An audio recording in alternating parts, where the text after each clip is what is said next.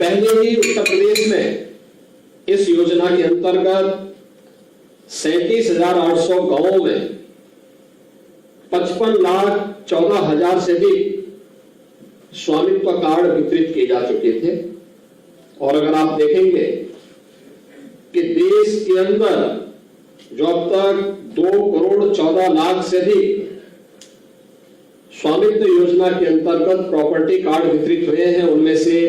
अब यह 1 करोड़ से अधिक अकेले उत्तर प्रदेश उसमें योगदान कर रहा है। यह एक महत्वपूर्ण कदम इसलिए भी है, अक्सर आप देखते होंगे राजस्ववाद और गांवों में जो विवाद होते हैं, बड़ी प्रॉपर्टी के लिए कम, छोटी प्रॉपर्टी को लेकर के,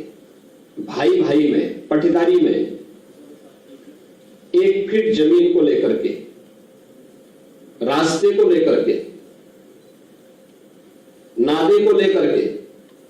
ये विवाद अक्सर सुनने को मिलते थे। जो दबंग होता था, जो मजबूत होता था, वह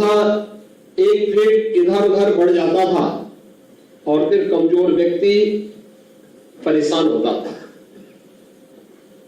वह किसी के पास जाता था पैमाइश करने में या अपनी जमीन के लिए, तो उसके पास कोई कागज भी नहीं होते थे। अगर वह अधिकार भी जमाने का प्रयास करता था तो फिर मारपीट होती थी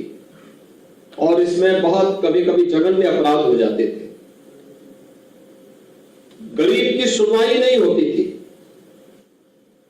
वह पीड़ित होता था, प्रताड़ित होता था और कभी कभी प्रॉपर्टी से भी वंचित हो जाता था।